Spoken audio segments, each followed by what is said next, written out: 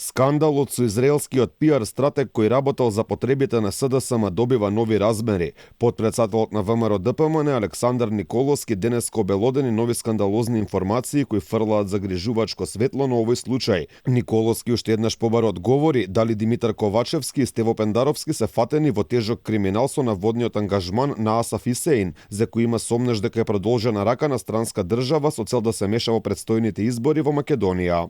Прашањето кое што до денес не го одговорија е кој го плаќа ова лице и зошто договорот со него не е евидентирано од страна на Социјалдемократскиот сојуз како што прават политичките партии обично кога ангажираат странски консултанти.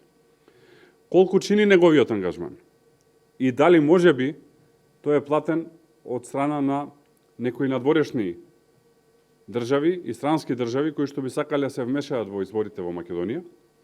И дали знаат дека со ова прават тешко кривично дело, доколку е така, или можеби го плаќаат дома од домашни извори, но не преку сметка, туку можеби оди плаќањето во кеш, што е исто така тешко кривично дело. Николовски прашува и дали е вистина дека ова лице има локална поддршка од најмалку две агенции, чија главна цел е оцрнување на ВМРО ДПМН.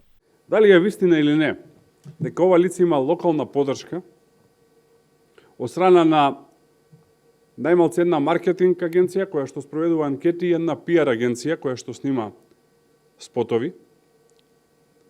И дали главното седиште на оваа екипа која што му помага пред се во делот на снимање на видео спотови, кои што масовно се споделуваат овие денови и се со црна кампања за ВМРО ДПМН, дали седиштето на овие лица кои што ги снимаат спотовите е во еден хотел на кејот на Вардар?